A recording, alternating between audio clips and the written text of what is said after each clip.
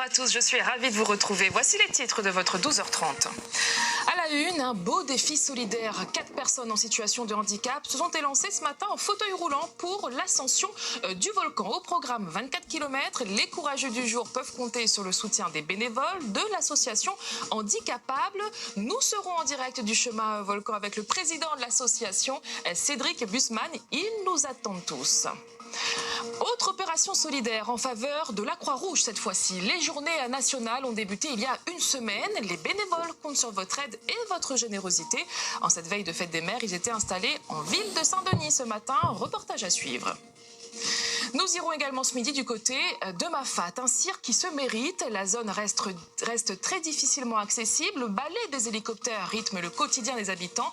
3 opérateurs se disputent aujourd'hui le ciel mafatais. La concurrence est bien difficile à gérer. Et puis comme chaque samedi, nous retrouvons Hermina Lasson pour le Kossalafé. Bonjour Hermina. Bonjour Gaëlle, bonjour à toutes. Un gaillard portrait dans le Kossalafé la veille la fête des mères. Sat Rose Rivière, 99 ans, 20 enfants, 56 petits-enfants et 86 arrière-petits-enfants.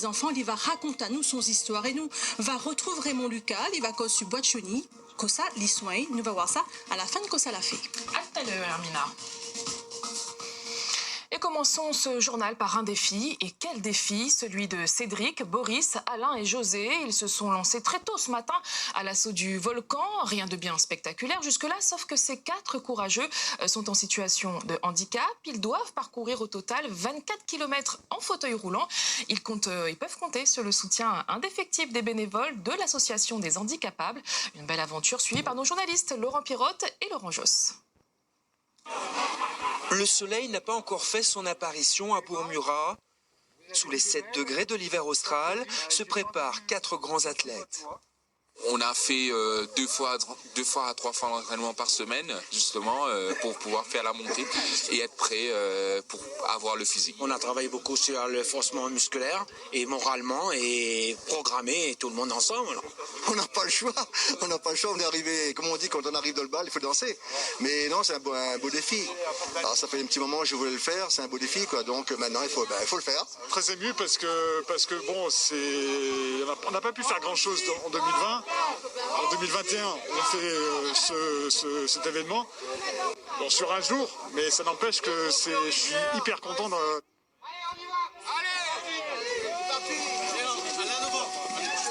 N'oubliez pas que vous devez être en file indienne. Vous tenez moi par l'épaule.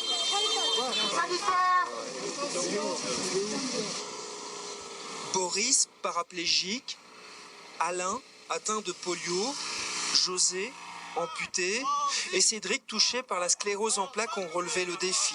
25 km pour rejoindre la maison du volcan au pas de Bellecombe. Une aventure sportive et humaine qui démarre devant les lueurs et les spectateurs de la plaine des Cafres. C'est raide. Heureusement, il y a des poussières.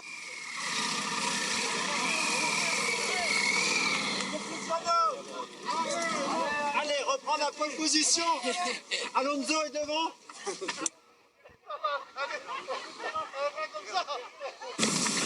Mais temps idéal, super. Le temps c'est ce qu'il fallait comme temps.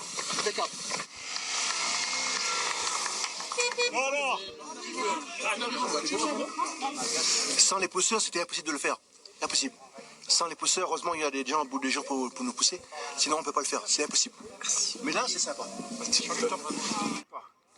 Après le réconfort, un nouvel effort.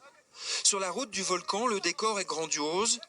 L'étang salé d'un côté, Saint-Benoît de l'autre, et au milieu, les 4 fauteuils, accompagnés par des bénévoles, des pousseurs, des jokers. C'est un parcours extraordinaire parce qu'on a la vue et la difficulté en même temps. Voilà. J'en profite de lancer un appel aussi, reste pas isolé. Les personnes qui peuvent porter en handicap, reste pas isolé, il y a beaucoup de choses à découvrir. Beaucoup. Il faut vivre au pluriel. Sensibilisés au handicap, à l'entraide et au partage, le but est atteint. Grâce à la volonté de tous et au courage de ces 4 grands hommes. Le volcan Handitour, un beau défi solidaire donc organisé par l'association Les Handicapables. Et ce n'est pas le premier grand défi. Priorité au direct, nous avons le plaisir de rejoindre le président de l'association, Cédric Bussmann, entouré des 3 courageux du jour depuis la plaine des Sables. Bonjour. Alors après le Run Handitour et le Sillaos Handitour, place à l'ascension du volcan. On peut vraiment parler de surpassement physique et moral? Ah bah très clairement, moi ce que je vis là, c'est cette solidarité, cette joie de partager avec des personnes dans des suites, dont les causes du handicap est vraiment différent. Et encore là, on est, vous connaissez sûrement mes voisins, Boris qui est à ma gauche, Alain et puis José.